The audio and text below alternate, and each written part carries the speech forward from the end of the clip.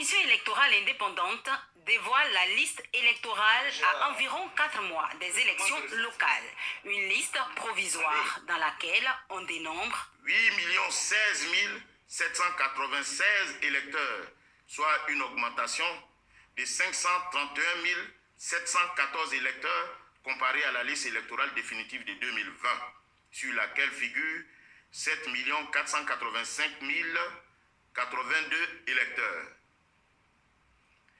Les 8 16 796 électeurs provisoirement inscrits sont, selon le genre, répartis ainsi qu'il suit. 3 886 425 femmes, soit 48,48%.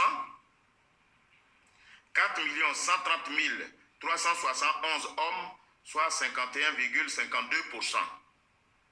Au cours de cette séance d'information et de sensibilisation avec les parties prenantes que sont les groupements et partis politiques, sociétés civiles, organisations non gouvernementales, la CEI dénonce quelques irrégularités. La Commission électorale indépendante a fait le désagréable constat d'une fraude massive, aussi bien sur les attestations de résidence que sur les cartes d'électeurs qui devaient servir à des milliers de citoyens de changement de lieu de vote en ligne. Ainsi, sur 36 290 demandes de changement de lieu de vote en ligne, seules. Voilà, bon, je vais m'arrêter là. Je suis désolé, hein, là c'est indépendant de ma volonté parce que j'ai un petit problème technique, on va dire, indépendant de ma volonté. Bon, alors, cela dit, vous pouvez regarder, vous tapez sur YouTube Babo Laurent qui est empêché de se présenter. Voilà, c'est l'objet aujourd'hui de ma vidéo. Je me présente Djoubian, c'est mon surnom sur le net. Je suis accessoirement, mais accessoirement seulement, spécialiste de la France. Mais écoutez, face à des situations qui se présentent à nous dans l'actualité ou au quotidien, moi personnellement, je me dis toujours, je dis, mais voilà ce à quoi ça me fait penser. Ce qui me vient à l'esprit, très rapidement, c'est, je voulais faire ça à la fin, mais je vais le faire au début finalement. C'est de dire que le président Gbagbo est rentré en Côte d'Ivoire en juin 2021, souvenez-vous, sachant qu'il a été acquitté à la CPI en 2019. Donc 2019, et c'est en juin 2021 qu'il rentre en Côte d'Ivoire. Donc, j'ai précisé là, il a été condamné après à 20 ans de prison par M. Ouattara.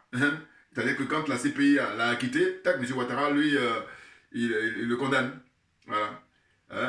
Pour des histoires d'avoir braqué la BCAO, c'était à l'époque de la crise, voilà. Donc pour ça, il a écopé de 20 ans de prison, voilà, donc il est privé là de ses droits en tant que citoyen, très clairement. Voyez-vous? Donc là, je dis ce que ça m'inspire, ou ce à quoi ça me fait penser, c'est de dire quoi? C'est-à-dire que donc le président Gbagbo, quand il rentre en Côte d'Ivoire en juin 2021, je donne la chronologie parce que c'est hyper important pour voir après, regarder ce que ça donne. Donc le 27 juillet 2021, il est rentré donc en juin, donc un mois après, grosso modo, il rencontre M. Ouattara, et sans aucun préalable. Voilà. Il va rencontrer M. Ouattara sans aucun préalable. Pour moi, les préalables, c'est de dire que, comment se fait-il que il y ait des gens encore, des prisonniers politiques, notamment des militaires qui ont combattu dans l'armée régulière, l'armée de Côte d'Ivoire. Pourquoi ils sont en prison? Il avait rappelé ça dans une intervention ou dans une interview, dans un discours. Mais sauf que c'est resté comme ça, lettre morte. Or, ça devait être une exigence, c'est-à-dire un préalable avant d'aller rencontrer M. Ouattara. Donc, du coup, tu te dis quoi? Tu te dis, bon, c'est vrai que monsieur, il est fatigué d'un certain âge, d'accord, mais il y a son entourage. Et moi, j'accuse toujours son entourage, bien entendu. J'ai dit, mais ce qui est dommage, c'est le fait que c'est son entourage qui l'a conduit, comment dire, à la CPI, et ça recommence. Parce que je crois qu'autour du président Gbagbo, il y a plusieurs personnalités, évidemment, de tendance et puis des motivations différentes. Des gens qui ont des agendas qui sont complètement contraires à lui, c'est son agenda. Vous voyez, c'est très clair. Et puis beaucoup de francs-maçons. Ça, j'en suis convaincu, mais je ne peux pas imaginer. C'est pour ça qu'on en est là. Il y a beaucoup de francs-maçons autour du président Gbagbo. Maintenant, là, il y a un frère là, qui est aux États-Unis. Lui, il ne supporte pas Blé Goudé, il ne supporte pas Mme Simon Gbagbo, tout ça. Donc là, je cherche à avoir son point de vue sur le fait qu'ils ont écarté la candidature du président Gbagbo. Là. Enfin, ils ont dit même, il n'est même pas inscrit sur liste électorale. C'est-à-dire qu'il y a deux choses. vous pouvez être électeur et puis ne pas être éligible. Or là, il n'y a rien du tout. Voilà. C'est-à-dire qu'on nie sa qualité de citoyen. Mais au niveau humiliation, on ne peut pas faire mieux.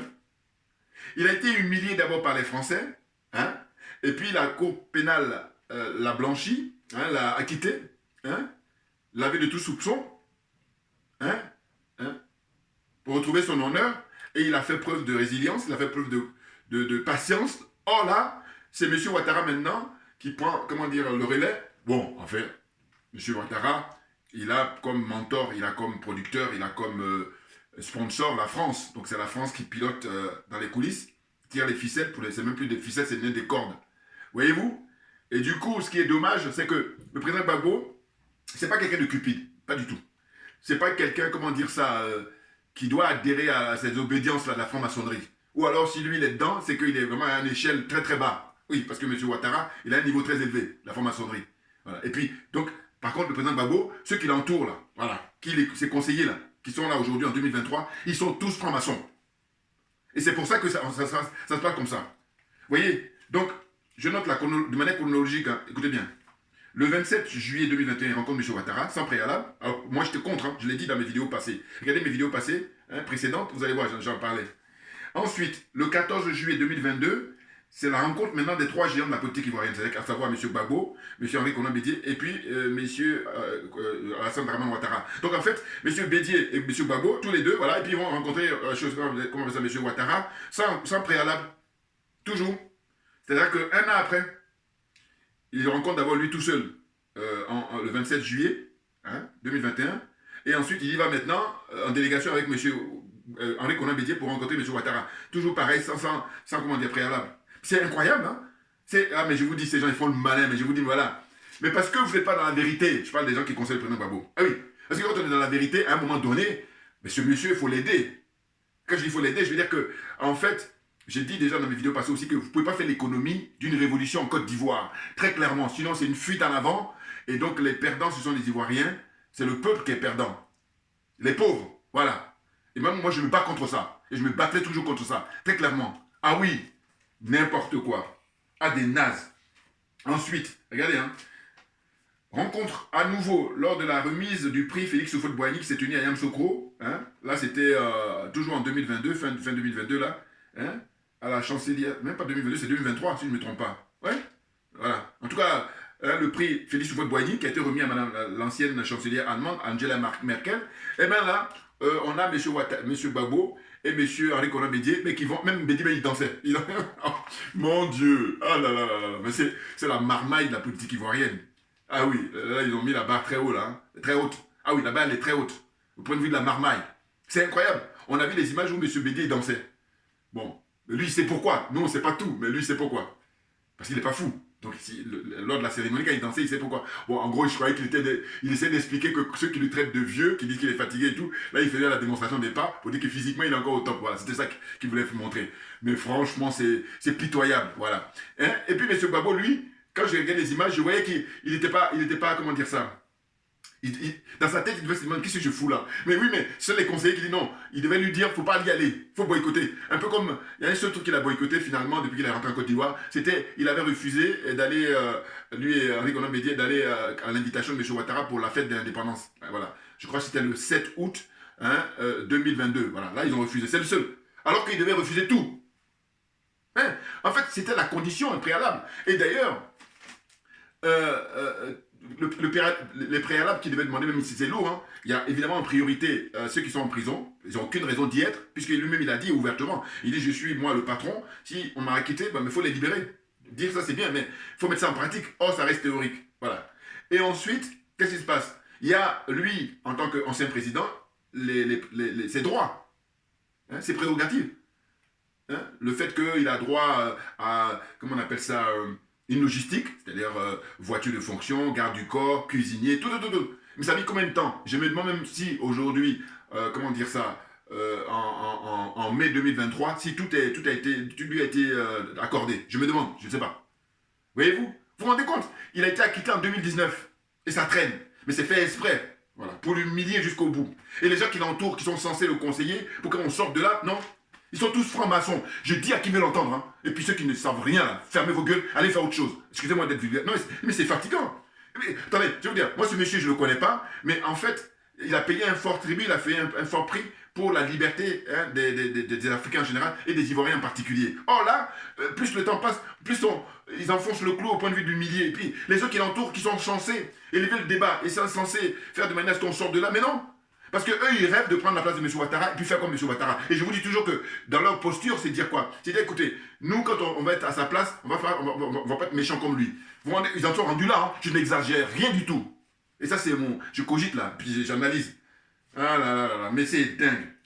Ensuite, là, j'ai dit tout ça pour ça, voilà. C'est-à-dire que depuis que le président Gbagbo, il est rentré, donc je vous dis en juin 2021, et il a rencontré M. Ouattara finalement au moins 3 fois là. Hein? Tous ceux d'abord, ensuite il allait avec, Henri Konan Bédié, ça fait 2 fois, et ensuite maintenant ils ont été pour la remise du prix, Félix Houphouët-Boigny qui s'est tenu on appelle Yamoussoukro. Donc ça fait 3 fois, voilà, 3 fois il a rencontré M. Ouattara. Mais tout ça pour que quand on arrive le 20 mai 2023, on dit non monsieur, vous n'êtes pas sur la liste électorale. C'est-à-dire qu'il va y avoir les élections le 2 septembre prochain, élections pour les municipales et pour les élections régionales. Et bien là, il ne pourra pas voter. Alors, je ne sais pas, mais c'est des rapports de force. Et là, M. Ouattara, pour qu'il agisse ainsi, pour que la France, derrière, le pousse à agir ainsi, hein, eh bien, c'est parce qu'ils veulent voir quelle est votre force. Oh là, vous n'avez aucune force, vous êtes là, vous êtes En fait, bon, quand je dis les autres, c'est des francs-maçons, donc eux, leur attitude, c'est explique cela. Mais il y a aussi d'autres qui ne sont pas francs-maçons forcément, mais qui sont naïfs. Et là, eux, la naïveté va finir avec eux. Enfin, je veux dire, c'est terrible, hein. Mais non, mais c'est dingue. Donc là, toujours pareil, comme je dis, je me veux être un être humain. Dans la réflexion, je dis, bon voilà, vous savez, dans l'entourage du président Gbagbo, depuis longtemps, jusqu'à aujourd'hui, il y en a qui sont partis, hein. Voilà. Il y en a beaucoup qui sont partis, puis il y en a certains qui sont restés. Bon, la question aujourd'hui, hein, on est le 23 mai 2023, voilà, 23 mai 2023. Je pose la question, et envoyez-moi les commentaires, j'ai dit, aujourd'hui, il y a quelqu'un comme Awa Dombelo, hein, qui est un grand monsieur, intègre. Voyez-vous?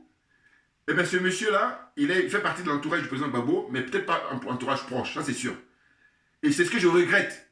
Parce que je dis quoi? Je dis, mais ce monsieur, lui, il est dans le club des gens qui réfléchissent sur l'intégration des pays africains dans le BRICS. Vous voyez? Pour rejoindre donc l'Inde, le Brésil, la Russie et la Chine, hein, et l'Afrique du Sud, voilà, pour cet organisme-là, cette organisation, hein, qui veulent défier et puis détrôner, hein, comment on appelle ça, les adeptes de l'ONU. Enfin, de l'ONU, oui, c'est eux-mêmes qui ont créé l'ONU. Mais je voulais dire les adeptes de l'OTAN, voilà. Détrôner l'OTAN, détrôner le G7, le G20, tout ça détrôner, voilà. Place maintenant, hein, aux humains, voilà. Ceux qui ont l'humanité en eux, ce sont eux qu'on place maintenant au XXIe siècle. Et non pas ceux qui ont l'apparence d'être humains, hein, et je vous dis, tout ce qui brille n'est pas de l'or. Voilà, on est dans cette situation avec ces gens-là. Franchement. Vous voyez, donc je disais quoi? Je disais, voilà, donc M. Awa Dombelo, je suis sûr et certain que malheureusement, il n'est pas écouté. On l'écoute ou on ne l'entend pas. Ou on l'entend, mais on ne l'écoute pas. Quelque chose comme ça. Ah oui, il y en a d'autres que le président Gbagbo privilégie, et ceux qui privilégient, ben, c'est ceux qui veulent rester dans la France-Afrique. Très clairement. Ah, mais c'est malheureux, hein? Eh oui. Parce qu'on pourrait penser que le président Gbagbo, il est entouré que des gens qui ne sont... Non, il y a des gens qui sont pour en finir avec la France. M. Awa Dombelo, par exemple. Ben oui. Il n'y a pas que lui. Mais il y en a d'autres qui ont pris leur recul, enfin en tout cas qui ont tourné la page, enfin qui ont pris... Voilà, je pense à M. Mamadou Koulibaly. Voilà. Le professeur Mamadou Koulibaly, eh bien pareil, et je pense que quand il était à côté de M. Gbagbo, il n'écoutait pas. Ou il entendait, mais voilà, il cause toujours. Parce que les autres là, qui ne sont pas intègres, parce qu'eux ils sont francs-maçons, ils sont pour la France-Afrique, ce sont eux qui l'écoutent beaucoup plus. Et voilà ce que ça donne. Donc on va l'humilier, on ne sait même plus. Là, il y a les records d'humiliation là. Même moi, écoutez, rendez-vous à l'évidence. Franchement, mais ils font le malin. Mais je vous dis ce que j'apprécie, c'est le fait que, regardez, chacun de nous fait des vidéos et chacun apporte ses arguments. Donc je dis, on laisse maintenant apprécier au peuple. On laisse apprécier à autrui. Les autres personnes, voilà. Les autres citoyens, les autres panafricains, les autres africains. Regardez, puis dites, qui est-ce qui apporte des arguments de manière objective pour qu'on sorte de là? Qui? De nous tous, hein, ceux qui font des vidéos. Voilà. Qui des livres aussi. Voilà. Mais c'est dingue. Ah mais non, mais moi ça m'impressionne. Ah oui. Parce que c'est pas fini. Un autre exemple me vient à l'esprit. Ils ont voté pour Adama Bitogo à l'Assemblée nationale. Mais Adama Bitogo n'a pas besoin de vos voix, puisque lui, il est majoritaire. Parti du président Alassane Ouattara. Ils sont majoritaires. Donc, vous, essayez au moins de sauver l'honneur en votant contre. Ou à la rigueur s'abstenir. Mais pas aller voter pour que M. Adama Bitogo prenne le siège de président de l'Assemblée nationale. Mais vous vous rendez compte? Ah, on est dans des combines pas possibles pour des arrangements. Et puis finalement, quand il y a les élections, paf, c'est le peuple qui paye le prix le plus fort, à savoir des blessés et encore plus les morts. Hein? C'est incroyable. Et là, j'ai assisté, j'ai regardé la dernière émission là, d'Ali Diarra-Souba où était invité Charles Blé Goudé, bon, qui est un jeune frère que j'aime beaucoup. Ah oui, oui, oui, oui. J'aime beaucoup parce que, je dis, lui, c'est un animal politique. Et c'est pas donné à tout le monde. Ah oui. Et il se trouve que, dans son parcours d'un homme politique, eh ben, que vous le vouliez ou non, l'histoire retiendra qu'il a été acquitté à la CPI. Il a été emprisonné à la CPI avec le président Laurent Gbagbo. C'est quelque chose qui est unique, c'est extraordinaire. Voilà. Parce que les gens qui sont contre Blé Goudé, je dis toujours que eux, ce qu'ils veulent, c'est que Blé Goudé refasse ce qu'il a fait, la même chose qu'il a fait, qu'il a amené à la CPI. Non mais attendez, vous êtes bien là? Et donc à cette émission-là d'Ari Diarra-Souba, il y avait plein d'intervenants, des journalistes et puis des politologues là, qui lui posaient des questions. Et à chaque fois, il sortait, il répondait avec brio. Ah oui. Par exemple, quand on lui parle du président Gbagbo, il dit, écoutez, si j'ai blessé le président Gbagbo, je m'en excuse. Je ne veux même pas savoir pour quelle raison, mais je m'en excuse. Parce que le président Gbagbo, il dit que c'est son père. Donc à partir de là, la tradition africaine, c'est le respect qui prédomine. Voilà. Donc par respect, il tient à s'excuser.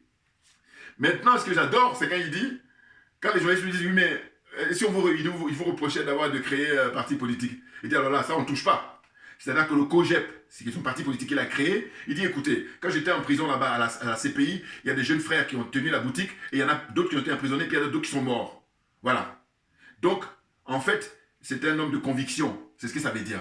Et oui, et les jaloux là, les sorciers là, eux, ils voudraient que le pauvre, comme pourtant il est miraculeux, parce qu'il aurait pu, quand il était détenu à la DGSE, là, il aurait pu y passer, puisqu'ils l'ont torturé physiquement, mentalement, psychologiquement, tout ça. Non mais franchement, il y en a qui sont allés se planquer là-bas, au Ghana, au Togo, je ne sais où encore, au Bénin. Ils allaient à la plage. Et pendant ce temps-là, lui, il était dans les géoles là-bas. Or, lui, au départ aussi, il avait fui comme eux, aller se réfugier au Ghana. Mais ils sont allés le chercher. Mais pourquoi c'est lui qu'on va chercher? Moi, je vous dis, moi, je fais concours d'honnêteté, et puis je dis, ma religion, c'est la vérité et la justice, c'est de dire que Charles Blé Goudé, pourquoi je le soutiendrai toujours, c'est de dire qu'en fait, et c'est ça qu'on fait pour faire jouer l'intelligence en tant qu'être humain. En réalité, nous autres, on ne fait que des hypothèses, alors que lui, c'est un acteur principal de toute cette mouvance-là, la sauce, la politique ivoirienne. Donc, quand bien même il est beaucoup plus jeune, mais avec l'accélération comme ça de son apprentissage, il a vu finalement quels sont les tenants et les aboutissants.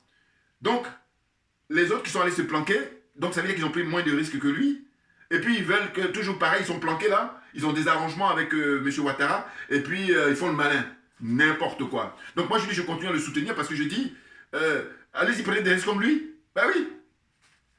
Allez-y. Mais non, non, non.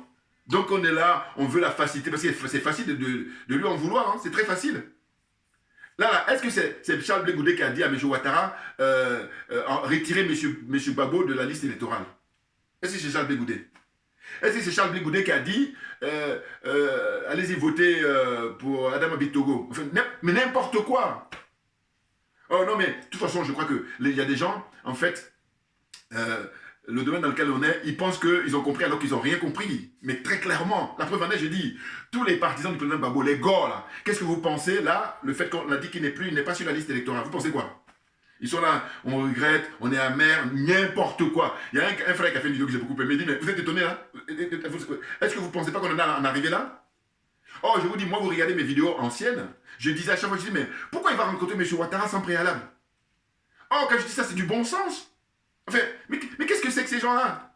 C'est pour ça que je dis, mais votre diplôme là, eh bien, là, allez-y enseigner à l'université, allez-y dans les cabinets, je ne sais pas où encore, médical, architecture, tout ce que vous voulez. Mais par contre, là, faites la politique là, zéro. Parce que regardez ce que ça donne. Ou alors vous cachez votre jeu, mais le jeu que vous cachez, au final, qui est-ce qui est perdant? Mais c'est le peuple. Alors que nous, tout ce qu'on préconise, c'est le peuple qui sera gagnant. Et vous-même, vous serez gagnant. Parce que nous, ce qu'on fait là, c'est pour vous libérer. Voilà, tous emprisonnés. Mentalement, vous êtes en prison. Peut-être pas physiquement. N'importe quoi. On fatigue les gens. Heureusement que j'ai dit merci à ceux qui ont inventé Internet. À chaque fois. Non, parce que, vous vous rendez compte, même malgré qu'il y ait ça, regardez les spectacles auxquels on assiste. Donc, je poursuis. En fait, bon, c'est des petites notes que j'ai fait rapidement. Hein, n'ai pas oublié. Donc, le communiqué, il est tombé donc, le 20 mai, hein, la commission électorale. Alors, j'ai dit, bon, ils feront mieux de dire simplement commission électorale. Pourquoi ils ajoutent indépendant? Bon, comme ça ne coûte rien, comme c'est gratuit, donc ils mettent. Cette commission-là, elle est indépendante où? À quel moment elle est indépendante? Et en plus, les partisans ou les gens de l'opposition, mais ils tombent des nues alors que ça fait longtemps que la composition de la commission électorale, déjà, elle pose problème depuis fort longtemps. Mais là, ils font une fuite en avant qui fait qu'ils se disent, bon, on verra. Mais quand le jour J arrive, maintenant, quand on prend la décision, ils sont complètement ébahis. Donc, vous êtes des charlots, hein, franchement. Ah là là là là. Donc, ce que je note, c'est quoi? C'est que j'ai dit, aujourd'hui, donc, nous sommes le 23 mai 2023. Le fichier électoral compte près de... Comment il dit ça, voilà? Il a rappelé tout à l'heure le président de la commission. Il dit, c'est 8 16 796 électeurs. Bon, moi, quand c'est comme ça, toujours pareil, je me dis, mais eux, ils copient la France. Mais en France, c'est un pays qui a aujourd'hui 68 millions d'habitants. Mais les inscrits hein, aux dernières élections, là, pour Macron en 2022, eh bien, je vais vous donner les chiffres. Les inscrits pour 68 millions d'habitants, on est à 48 millions, hein, 48,8 millions d'électeurs inscrits. Voyez-vous? Donc, quand vous faites 68 millions moins 48 millions, il y a environ 19 millions ou 20 millions, voilà, grosso modo, comme ça, voilà. Là-dedans, vous retrouvez les mineurs, vous retrouvez les gens condamnés, vous retrouvez les vieillards, enfin, hein, les gens qui ont été condamnés objectivement, c'est-à-dire qu'ils ont commis des crimes, ou voilà. Hein. Mais... principalement ceux qui n'ont pas l'âge de la majorité. Voilà, par exemple, les mineurs. Vous voyez? Enfin, au sens où ils n'ont pas encore eu l'âge pour pouvoir être inscrits sur la liste. Voyez-vous? Donc, malheureusement, dans un pays, on ne peut pas mettre 100%. On pourrait, mais ça, c'est théorique. Dans la pratique, on ne peut pas. Voilà. Dans la pratique, voilà ce que ça donne. La France, avec 68 millions d'habitants, eh bien, je vous dis, on est au dernier recensement de la liste électorale, c'est 48,8 millions. Voilà. Or, en Côte d'Ivoire, un pays qui fait entre 29 et 30 millions d'habitants, on se retrouve lors de l'élection de M. Ouattara, en 2020, on était à 6 millions d'inscrits. Donc vous faites le calcul, entre 29 ou 30 millions d'habitants, moins 6. Vous voyez la différence? Alors j'espère que je me fais comprendre là. Voilà, moi, j'aime beaucoup cette réflexion. Pourquoi je me dis, mais il copie la France? Et puis du coup, là, à un moment donné, allez, on arrête, on fait n'importe quoi. Et c'est ce que j'appelle, j'ai dit, voilà, ces gens ont des diplômes, hein, les diplômés africains, là, ils font un usage caricatural de leurs connaissances et de leur savoir. Bouillard, c'est ça, c'est de moi, ça. Dixit, moi-même. Voilà. C'est l'inspiration, c'est bien comme ça, les ancêtres nous inspirent. Oui, parce que je suis animé par la vérité, rien que la vérité. La vérité et la justice, voilà. Et puis pour rester dans l'esprit de la marque, hein, la solidarité, très clairement. Voyez-vous? Donc j'ai tenu à apporter cette précision pour dire que c'est n'importe quoi, parce que ces gens-là, en fin de compte, dans pratiquement tous les pays africains, là, hein, la zone là, voilà, là, cette zone-là, où il y a mon t-shirt, voilà, zone des aliénés, zone des complexés, des corrompus, hein, j'ai dit, et j'ajoute, hein, zone des jaloux et des sorciers, mais j'ai dit, mais en fait, ce qui les préoccupe, c'est, en fait, ce qui les intéresse, c'est ils organisent les élections pour la forme. Ils s'en foutent royalement pour le fond. Parce qu'aujourd'hui, nous sommes à l'ère du numérique, nous sommes à l'heure d'Internet, des réseaux sociaux, mais franchement, ça doit aller vite pour établir les trucs, puisqu'il y a des pays, avant même qu'Internet n'existe, quand ils organisent les élections, dans le respect du peuple, eh bien, à 20h ou à une heure précise qui est donnée historiquement, on donne les résultats. Maintenant, comme aujourd'hui, avec la révolution numérique, avec l'avancement de la technologie, ben, normalement, ça devait être même encore plus carré. Même on dirait même qu'avant, il y avait un délai de 8 heures, 10 heures pour faire les calculs. Là, maintenant, il n'y a même plus de... Hein, à la minute, on suit le truc, le rythme, heure par heure, tac, et puis on donne les trucs. Mais là, non. Hein, ces gens ont confisqué le pouvoir, et puis ils instrumentalisent l'administration, ils instrumentalisent la justice, ils instrumentalisent la police, la gendarmerie, tout ça, les forces de l'ordre. C'est incroyable. Ah, c'est incroyable. Et puis maintenant, qu'est-ce qu'ils font? Que ce soit en Côte d'Ivoire, que ce soit ailleurs, hein, dans cette zone-là, hein, alors il copie sur la France. C'est-à-dire qu'un adversaire politique, au lieu de dire, bon voilà, on va aller à la compétition et puis que le meilleur gagne, eh bien non, non, non. On va trouver des espèces d'artifices. Hein. En France, par exemple, on a trouvé des artifices face à M. Fillon, alors que c'est M. Fillon, normalement, qui a gagné les élections en 2017. Hein. Notez bien. Hein. Et puis, quant à Jean-Luc Mélenchon, en réalité, lui, il est dans la combine. C'est pour ça qu'ils n'ont pas besoin, ou à la limite, ils trouvent quelque chose de très léger à côté de ce qu'on va reprocher à François Fillon. Voilà. Donc, tout ça pour vous dire qu'en fait, en ce qui concerne les pays africains, comme ils copient la France, même si je dis que la France copie, ils se copient là, réciproquement, ce qui n'a pas toujours été le cas. C'est-à-dire que précédemment, quand on était au XXe siècle, c'était les pays africains qui copiaient systématiquement à 100% la France, hein, la République française. Hein. Et là, maintenant, au XXIe siècle, c'est la France qui, même plus souvent, copie comment dire, les pays africains, dans le système démocratique. Voilà. Comprenne qui veut, comprenne qui peut. Bouillard, là, on est bon, là. Ah là là, c'est des chars, le fond de malin, puis il n'y a rien. Fouille. Que dalle. La suite. Donc, j'ai dénoncé, voilà, cette espèce de disparité comme ça. Hein. Alors, l'autre, il s'évente, là, le président de la commission, là, il dit, voilà, on a une progression, parce que, évidemment, on était en 2020 à 6 millions, et puis là, maintenant, on est à 8 millions. Mais, toujours pareil, vous faites les 30 millions d'habitants, moins 8 millions. Ça veut dire qu'il y a quoi vous faites la soustraction. Voilà. Hein. 30 millions, et vous enlevez... donc, il y a 18 millions, là, hein, si je ne me trompe pas, hein. Non, je ne suis pas très bon à calculer. Bon, parce que ça va. Je suis moins à l'aise. Mais hein, 30 millions moins, comment dire ça, moins 8 millions. Voilà. Hein, il y a une différence énorme. On est d'accord. Vous voyez. C'est parce que quand je cogite, il y a plein de trucs en même temps dans la tête, donc c'est pour ça. Pour ne rien me cacher. Cela dit, voilà, je ne suis pas à l'aise pour tout ce qui est arithmétique. Mais voilà, je ne vais pas prendre là-dessus parce qu'on aura compris. Hein. Voilà. Ce qui est important toujours, c'est le principe. C'est pas. Parce qu'il y en a qui. Vous connaissez les résultats, mais par contre, sur le principe, là vous bottez en touche, ou bien voilà, vous êtes hors sujet. Non, alors que c'est le principe le plus important. Le principe, c'est ça. Parce que sinon, si je m'assois tranquillement et puis je donne les résultats naturellement, ou mais je peux même l'écrire avant de parler. Là, comme j'ai une tendance de parler plus en live, comment dire, spontané, voilà, ça donne ça. Vous m'aurez compris, j'espère. Donc, je disais, pour la suite. Donc il y a la radiation, voilà, c'est ça. Hein. La radiation du président Gbagbo, ça date de 2020. Voilà, vous vous rendez compte 2020, il a été radié. C'est pour ça que quand je parlais même comment on appelle ça, des priorités ou de faire des préalables, mais c'est de dire, mais écoutez monsieur, pour vous rencontrer, d'abord, donnez-moi la garantie que vos histoires de condamnation parce qu'il y a braquage, alors qu'il n'y a pas eu de braquage du tout. Cette histoire-là, elle est simple. M. Gbagbo le rappelle constamment, et puis Mme Simon Gbagbo aussi. C'est-à-dire, écoutez, quand il y a eu, comment on appelle ça, le blocus, hein, la France a l'habitude, hein, les adeptes de l'OTAN, là, comme eux, ils sont les gendarmes du monde, eh ben, ils décident la vie et la mort des gens. Donc, ils disent, voilà, nous, on n'est pas d'accord avec toi, donc on te donne des sanctions, on bloque tout. Et du coup, M. Gbagbo, qui était un homme honnête, hein, eh ben, il a tenu à ce que tous les gens soient payés, les fonctionnaires surtout. Hein. Et donc, c'est pour ça qu'il a demandé à ce qu'on prenne de l'argent pour venir payer les fonctionnaires. C'est tout simplement ça. Parce que sinon, si cet argent-là, il avait pris pour mettre sur son compte, ça se saurait. Eh oui, ils ne vont même pas se gêner. Mais là, c'est juste instrumentalisé. Et quand beaucoup de gens ne comprennent pas, là, il reste, et puis on peut faire des efforts, hein, mais normalement, il faut faire des efforts aussi. Mais sinon, tu fais des efforts, tu comprends. Ça, c'est pas difficile, hein. L'histoire de braquage, c'est simplement que M. Ouattara s'accroche là-dessus et ça lui permet hein, d'humilier M. Gbagbo et puis en même temps d'être serein. Maintenant, c'est pour ça que je parle de... Vous ne pouvez pas faire l'économie d'une révolution. C'est hyper important. Parce que regardez, la réconciliation, ce n'est que dans la bouche. Dans la pratique, il n'y a personne. Un peu comme dans l'émission, à un moment, il demandait à Charles Bégoudé en disant oui, quelle est votre position vis-à-vis de KKB, hein, Bertin, Kwaku Konan Bertin, voilà, ministre de la Conciliation, qui est payé gratos hein, depuis 3 ans maintenant. Hein, pour rien. Il branle rien. Il n'est pas le seul, malheureusement. Mais voilà. Donc le mec, il a un portefeuille vide. Hein, mais juste pour la forme. Parce que lui, comme il a aidé M. Ouattara pour son 3e mandat, eh bien, il a ça comme récompense. Vous vous rendez compte? Mais il y a beaucoup à faire. Et je vais vous dire, moi, les années qui viennent, c'est ça qui me motive. Aller éduquer. Parce que les gens ont besoin d'éducation. Éducation civique. Éducation civile. Mais ils ont besoin de ça. Il y a des gens qui ont plein de diplômes, mais par contre, ils n'ont pas d'éducation civique. Ah oui, c'est clair. Hein. C'est-à-dire que la vie en société, ils ne savent pas ce que c'est. Parce que on regarde la télévision, on regarde ici tout ce qui est médias, comment dire, occidentaux. Hein.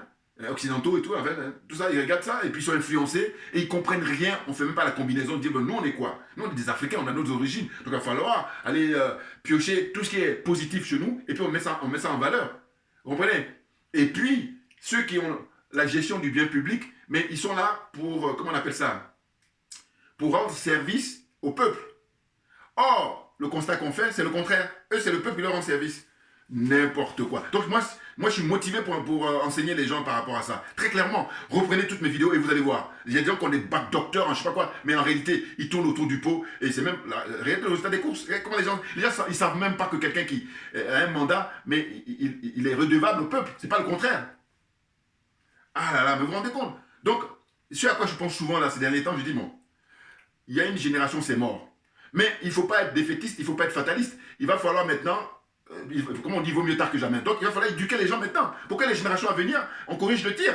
Très clairement. Or, il y a des gens, c'est pour ça que je parle de la zone des jaloux et des sorciers, parce que c'est la sorcellerie, ça. Attendez, excusez-moi. Comment vous voulez qu'on reste esclave éternellement? Ça n'a pas de sens. Surtout que les gens maintenant ont du recul, ils ont des bagages, ils ont compris. On va sortir de là. Sortir de cette servitude volontaire-là. Hein, vous, avec des miettes, vous vous contentez. Ah là là là, mais c'est dingue. Alors, la suite, excusez-moi. Là, la suite, je disais, hein, radiation, parce que 20 ans de prison, comme j'ai dit tout à l'heure, dans l'affaire dite des braquages de la BCAO. Voilà. N'importe quoi. Hein. Donc, dans le dialogue politique engagé par le gouvernement et M. Ouattara, depuis des années, avec Ahmed Bakayoko, rappelez-vous, hein, Ahmed Bakayoko, le feu Ahmed Bakayoko, tout ça, il avait fait des dialogues. Oh, c'était juste pour la forme. Voilà. Et d'ailleurs, moi-même, de mon point de vue, je vous dis franchement, il y a plusieurs raisons pour qu'il soit éliminé, Ahmed Bakayoko. Mais je crois qu'une des raisons principales, c'est que dans l'entourage de M. Ouattara, c'est celui qui, à un moment donné, il va dire non, c'est trop. Et eux, ils ont déjà senti. Voilà. Ceux qui en savent, ils savent. Il dit même il avait des contacts téléphoniques avec M. Gbagbo et tout ça. C'est pour ça qu'ils l'ont éliminé. Parce qu'ils ne veulent pas ça. Alors, à partir du moment où on a tous ces éléments-là, mais on comprend que jamais M. Ouattara ne voulait la réconciliation parce que la France n'en veut pas. Parce que c'est la meilleure façon. La règle naturelle, la règle qui est vieille comme le monde, hein, c'est diviser pour régner. Mais ça, tu n'as pas besoin de le faire une première année en Sciences Po, une première année, je ne sais pas où encore. Hein? Les grandes écoles que vous faites là, il n'y a pas besoin de ça. C'est du bon sens. Oh là non, parce que vous êtes aliéné, parce que vous êtes complexé, parce que vous êtes corrompu, et voilà il y a le résultat des courses. Mais à un moment donné, je vous dis, c'est une question de volonté politique, volonté personnelle, volonté collective, et on sort de là, très clairement. Et bien entendu, n'importe quoi. Ah, franchement. Enfin bon, excusez-moi. Hein? Donc je disais que voilà, hein, depuis des années, il fait des réunions comme ça, dialogue politique, c'est vraiment pour la forme. Hein? C'est juste pour la forme, histoire de gagner du temps. Voilà. Hein? Le cas de M. Gbagbo a été évoqué, mais n'a pas été débattu, puisque ce dernier ne bénéficie toujours pas d'une amnistie. Voilà, c'est ce qu'a dit le président de la commission, la commission électorale. Je n'ai pas envie de dire indépendante, parce qu'à quel moment elle est indépendante? C'est une commission électorale, d'accord, mais elle n'est pas indépendante. Quoi. Franchement, et là aussi je dis, arrêtez de faire pratiquer ce que j'appelle la facilité de langage. Non, il faut dire les choses telles qu'elles sont. C'est une commission électorale, mais elle n'est pas indépendante. Or là, par la facilité de langage, dit la CEI, c'est-à-dire CEI, hein, Commission électorale indépendante. Mais indépendante, non, c'est un organe une commission qui est constituée pour maintenir M. Ouattara au pouvoir jusqu'à sa mort, très clairement. Donc c'est la raison pour laquelle, je vais me répéter encore une énième fois, vous ne pouvez pas faire l'économie d'une révolution en Côte d'Ivoire, c'est très clair. Ah mais donc voilà, c'est que je veux l'intellectuel là, mais c'est là maintenant qu'il faut élever le débat, il faut pouvoir apporter des arguments. Oui, je dis mais attendez, au stade où on en est, sachant qu'on a du recul, on fait comment? Oh là, ils sont là, francs-maçons qui sont dans des obédiences complètement obscures. Hein? Rotary Club, ah là là, mais non, mais des minables. Ah non, mais, non, moi je suis un militant de la transparence, on met tout sur la table. Hein. Donc maintenant, qu'est-ce qu'ils disent? Voilà la décision qui est tombée là, le 20 mai 2023. Ils ont 10 jours maintenant pour saisir la commission. La même commission, il faut la saisir pour dire qu'on conteste. Alors que la commission, elle dit quoi? Elle dit que nous, on a des décisions de justice et on se fie aux décisions de justice. Et il se trouve que M. Ouattara, M. Gbagbo plutôt, étant donné qu'il a été condamné par la justice, eh ben, nous on s'en remet, il ne se mouille pas. Bon, évidemment, tout ça, c'est bien.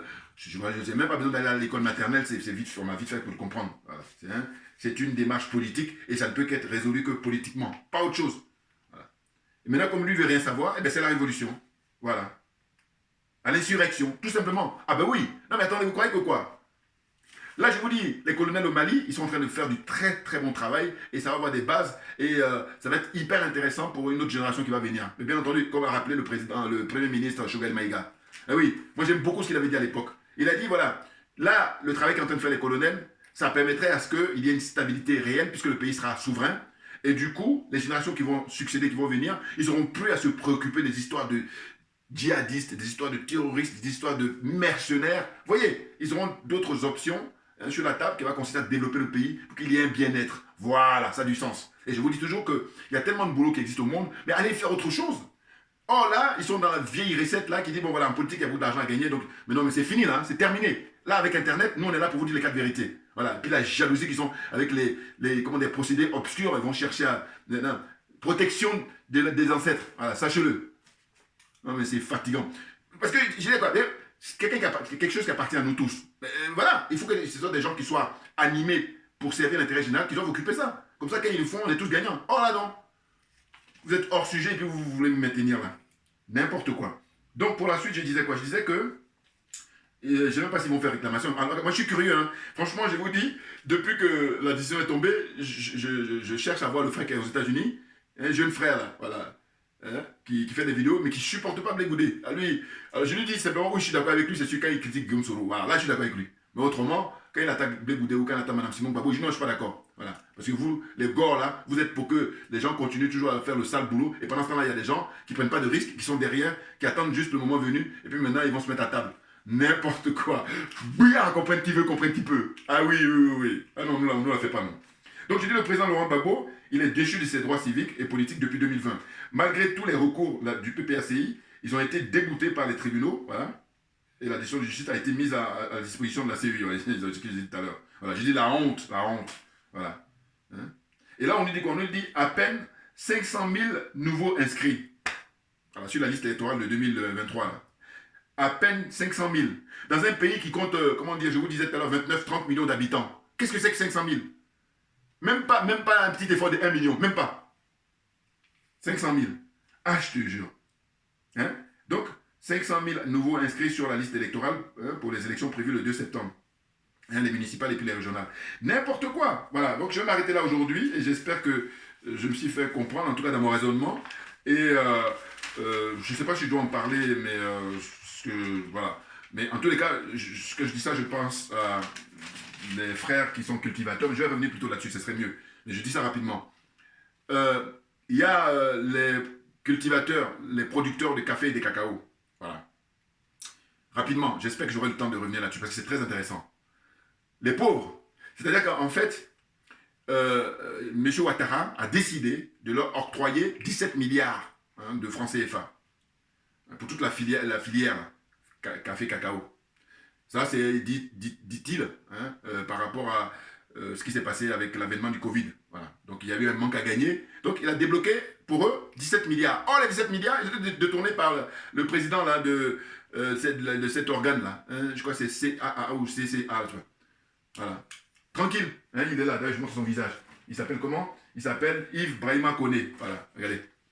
Il a détourné 17 milliards qui appartiennent normalement aux cultivateurs de café cacao. Voilà. Vous vous rendez compte, ces gens-là? Et tranquille. Et après, quand on me dit, oui, M. Ouattara a mis en place un truc pour la corruption, je dis, il faut arrêter. S'ils veulent faire ça, comment d'abord par M. Ouattara et son épouse? Voilà. D'abord en premier. C'est l'histoire de la charité bien ordonnée. Je me veux sérieux, moi. Je ne suis pas les farfelus et puis les nazes, les nigauds, là. Trop légers. Voilà. Ils n'ont rien compris. Bon. Ils sont malhonnêtes. Voilà. Donc, ce que je veux dire, c'est que ils sont allés, comment on appelle ça, réclamer les 17 milliards, hein, et puis ils ont été arrêtés, les leaders en tout cas. Alors ils ont décidé de faire grève. Alors je ne sais pas si ça a tenu, parce qu'ils ont donné comme ultimatum, je crois que c'était le 19 mai, si je me souviens. Voilà, mais c'est pour ça que je vais revenir là-dessus, voilà, pour parler plus sérieusement, parce que le café et le cacao, mais c'est grâce à ça que la Côte d'Ivoire, son économie tient. Mais comment se fait-il que ces gens-là, mais ils sont méprisés? Et en plus, j'ai regardé, comme je regarde régulièrement, les mardis de Mme Poutcherik Balé, mais quand la dame, elle égrène toutes les difficultés en Côte d'Ivoire sur le plan politique, le plan social et tout ça, syndical, tout ce que vous voulez, la vie en tout cas économique et tout ça en Côte d'Ivoire, je me dis, mais est-ce qu'il existe une opposition, 1 et 2, qu'est-ce qu'ils font les députés là-bas? Ils font quoi comme boulot? Eh oui, donc, hein, là, on se rend compte de la pure escroquerie, et c'est malhonnête, et c'est même criminel, parce que leur connivence fait qu'il y a des gens mais qui meurent par la pauvreté, hein, qui n'ont pas à se soigner, qui n'ont pas à manger, qui n'ont pas à s'éduquer. Donc c'est criminel. Alors que normalement, ils ont des mandats où ils sont censés représenter le peuple, défendre les intérêts du peuple. Mais quand tu vois Mme Poucheri Balé, qui chaque mardi, elle égrène tout ça, et les mecs à côté de ça, ils disent rien. En disant que, attendez, est-ce que c'est normal que ces cultivateurs-là, hein, on nous dit que 40% de leurs revenus, ils versent à l'État. Vous vous rendez compte? 40%, autant dire la moitié. C'est-à-dire que si les mecs, ils ont 10 000, eh ben, ils donnent 5 000 à l'État. Voilà, 40% des 10 000. Mais c'est dingue. C'est dingue. Moi, je dis autant, 40%, t'approches la moitié, là. Donc voilà, c'est pour ça que j'ai arrondi, je dis la moitié. Mais c'est dingue. C'est-à-dire qu'en fait, pour terminer, hein, quand je dis toujours pareil, quand je vois ce que ça m'inspire, je dis, mais voilà. Dans les rapports entre la France, enfin, oui, la France et les pays africains, mais je voulais dire l'Occident, voilà, qui a fait la colonisation, qui a d'abord fait la traite négrière et ensuite la colonisation. Je dis, mais on avait cette posture-là, entre il y a l'homme noir, l'homme africain, qui a en face de lui des blancs. Et donc, il y avait ce rapport-là, qui a toujours, mais en tous les cas, là au XXIe siècle, 20e siècle d'abord, et ensuite surtout au 21e siècle, là, le constat, c'est que c'est finalement l'Africain contre l'Africain. C'est-à-dire que ce qu'on appelle les néocolons, justement. Hein? Et là, on va s'en remettre au fameux livre écrit par Frantz Fanon. Hein? Peau noire, masque blanc. Voilà. Il fait la description, des gens complexés qui... voilà. Et donc, ils prennent la place du blanc, et puis maintenant, ils font du mal, hein, à leurs concitoyens, à leurs semblables. J'aime beaucoup ce terme. Vous voyez? Les cultivateurs, ceux grâce à qui la Côte d'Ivoire a son enrichissement, parce que c'est au moins participe à hauteur de au moins 20% hein, du PIB, hein, produit intérieur brut, qui mesure la richesse du pays. Eh bien, eux, ils devraient être aisés. Hein, normalement. Or là, ils sont rendus à l'état d'esclaves, parce qu'ils travaillent avec la... Vous savez, en plus avec au pays, avec la chaleur et tout ça, donc la transpiration, pour ne rien gagner. Et donc ils travaillent, c'est l'esclavage, puisque il y a des gens qui sont assis dans les bureaux là-bas, hein, climatisés, et puis eux, juste pas des jeux d'écriture, hein, sur leur ordinateur, et puis eux, par contre, leur compte en banque, hein, ils engrangent des millions. Mais non, mais franchement, ceux qui font de la politique en Côte d'Ivoire, c'est la honte. Pas les tous, hein, heureusement. Vous savez très bien, moi, mon soutien. Hein. J'ai toujours dit, les gens pour qui j'ai beaucoup de respect au niveau de la politique en Côte d'Ivoire, je vous dis, voilà, je mets en premier. Le professeur Mamadou Koulibaly. En deuxième, là, parce que lui, parce que c'est récemment que j'ai connu, hein.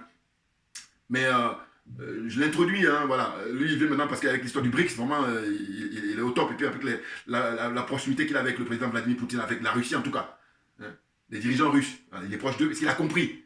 Eh bien, je mets M. Awa Dombello. Et en troisième, je mets le frère Charles Blé Goudé. Les jaloux vont maigrir, là. Ensuite, je mets Mme Simone Gbagbo. Et le président Gbagbo, je le mets qu'en dernier. Je le mets voilà, en cinquième position. Voilà. Mais lui, je le mets comme ça à cause de son entourage. Parce que s'il n'y a pas son entourage, il serait même le premier. Voilà, parce que c'est quelqu'un qui, évidemment, quand il vient faire de la politique, mais il est désintéressé. Voilà. Or, ça, c'est indispensable. C'est même un préalable, voilà, être désintéressé. Or, ce n'est pas le cas. Les gens qui l'entourent sont tous francs-maçons, ils sont tous cupides.